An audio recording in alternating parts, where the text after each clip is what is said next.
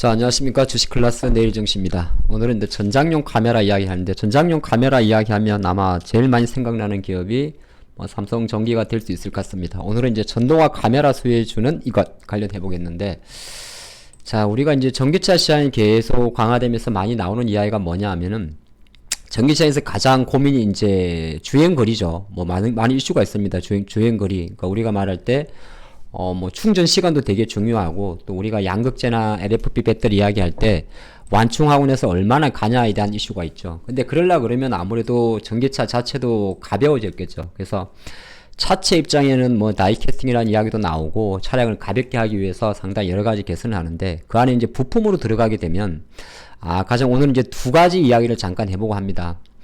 그래서 하나는 이제 FP12 이야기인데, 이는 뭐냐 하면 우리가 연성 PCB라고 이야기를 하죠. 근데 실제적으로 미래에셋 보고서를 좀 참조를 해보면, 전기차 배터리용 BMS 관리용 FP12의 침투율은 지금 22년도 3년도 기준으로는 대략 28% 정도인데, 앞으로 25년 정도가 되게 되면 한 70%로 올라가지 않겠느냐 그럽니다.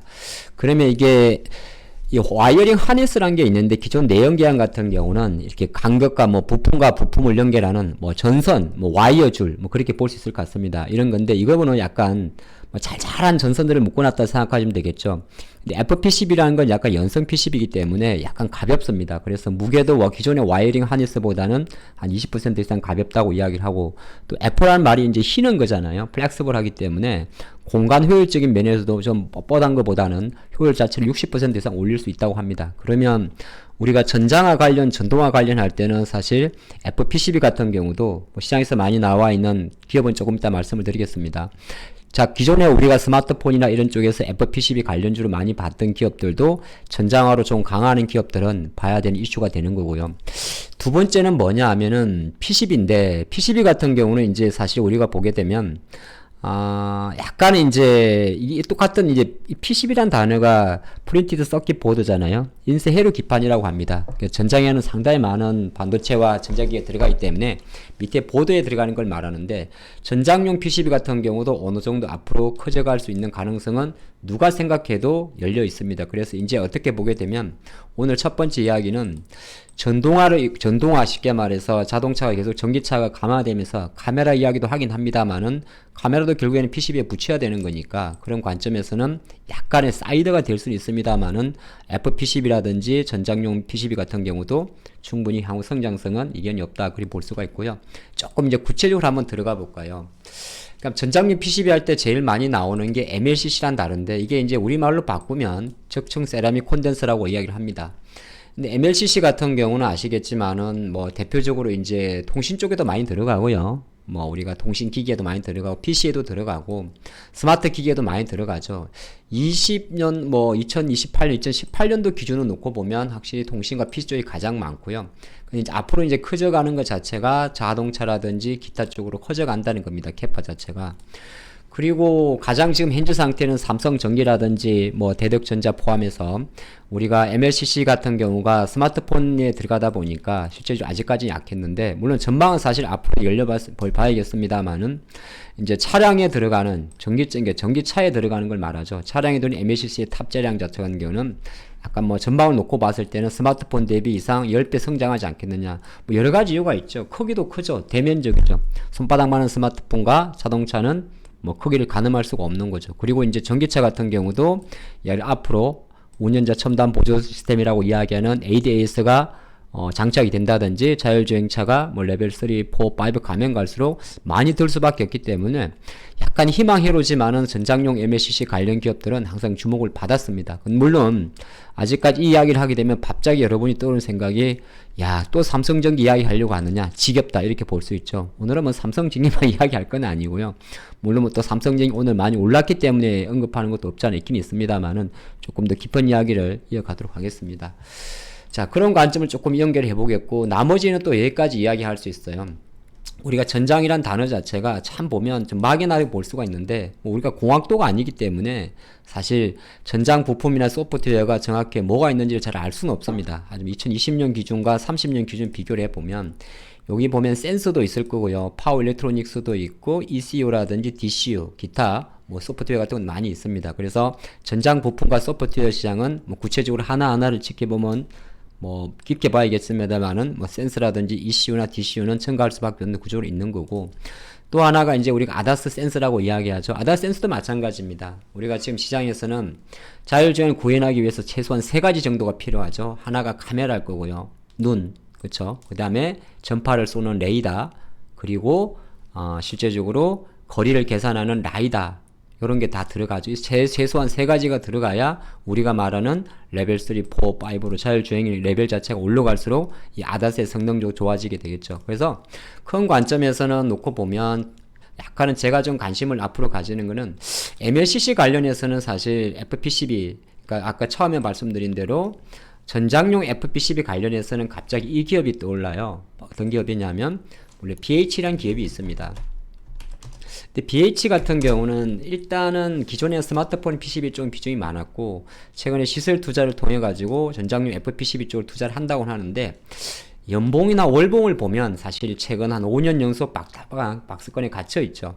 대신 월봉을 보면 약간 이제 하락세가 멈춘 사례입니다. 그래서 아직까지는 사실 BH 투자 조건은 제가 생각할 때는 약간 이런 종목들은 뭐 조금 디테일하게 말씀을 드리면 BH입니다. 이런 종목들은 거의 대부분 외국인보다는 기관의 매수가 확실히 잡힐 때 조금 들어가는 게 좋습니다. 최근에 뭐 투신에서 조금 잡히는 건 있습니다만, 이렇게 잡히는 거는 대부분 패시브 자금이라고 하고요. 조금 공격적인 자금이라고 할 수 있는 금융투자에서 매수가 들어올 때 주가가 좀 올라가는 쪽으로 포인트를 잡으시면 될 것 같고요. 왜냐하면 PCB 이야기를 했기 때문에, 전장용 PCB 이야기했기 때문에 한번 살짝 지나갔고, 제가 드리고 싶은 이야기는 아다스와 카메라 센서라면 이렇게 볼 수 있습니다. 결정적으로는 뭐 카메라도 있고 MLCC도 있고 FPCB도 있는데, 제가 생각할 때 우리가 좀 강점인 건 이 부분이지 않나 이렇게 생각을 하고, 이 카메라하고 또 볼 게 이제 라이다거든요. 라이다가 있는데, 요 관점에서 가장 필요한 게 바로 센싱 카메라 관련 기업입니다. 센싱 카메라 관련이고, 일반적인 카메라 모듈 스마트폰에서 만드는 것보다는 당연히 화질도 좋아야 되고 성능도 좋아야 될 겁니다. 그건 뭐 말해서 뭐 하겠어요.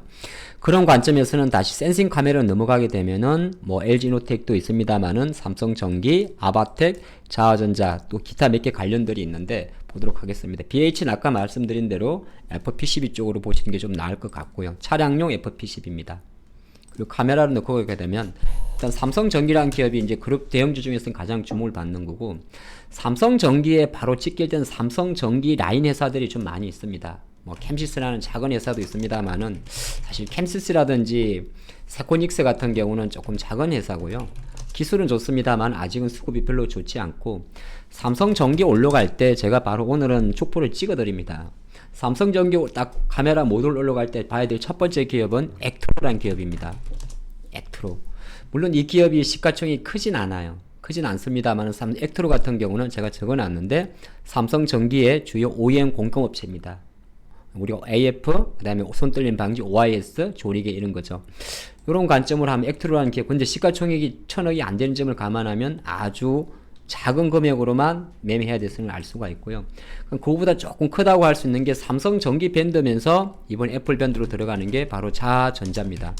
자전자는 기존 삼성전자 밴드죠. 삼성전자 스마트폰 납품하는 구미 공장이 있으니까. 근데 이제 2023년도 아이폰 모델부터 애플 라인업으로 들어가는 그림이 되고요. 그럼 요거는 이제 향후 뭐 지금 현재 상태에서는 애플 아이폰 15의 프로 모델에 들어갑니다만은 향후 뭐 애플카라든지 그리고 삼성전기, 그러니까 삼성전자 파트너면서 그렇다고 이게 애플에 납품한다고 해서 삼성전자 파트가 아닌 건 아니에요. 이런 관련 기업들을 볼 수가 있고, 근데 이 외에도 예를 들어서 뭐 나무가란 기업, 이런 기업들도 대부분은 3D 센싱 카메라 기술을 갖고 있습니다. 근데 아직은 최근에 나무가는 기관 수급은 들어오는데 약간 생각보다 아직까지 많이 뭐 힘이 세진 않고요.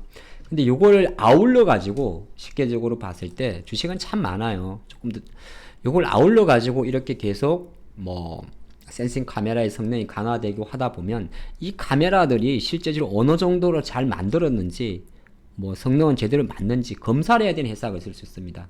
그 회사가 두 가지가 있는데 그 비전 검사라 그러는데, 하나가 바로 하이비전 시스템입니다.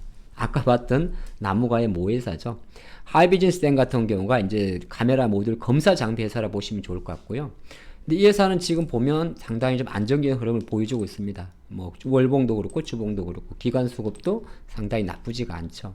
그리고 또 하나가 조금 변동성은 작은데 이 라온피플이라는 회사가 있습니다. 이것도 이제 비전 머신 관련 기업들입니다. 네, 그래서 말씀드린 라온피플과 하이비전 시스템은 검사 장비, 약간의 소프트웨어적인 성격을 갖고 있고요. 자전자, elek트로 뭐 이런 종목들은 하드웨어적인 성격, 실제로 보이는 물체를 만드는 거고, 아까 말씀드렸는데 BH 같은 경우는 FPCB 쪽으로 이렇게 보시면 좋을 것 같습니다. 그래서 오늘 내일 정시에서는 한번 전체적인 와이드한 거 잠깐 훑어봤고 관련 기업들 말씀드렸습니다. 우리는 내일도 성공 투자입니다. 감사합니다.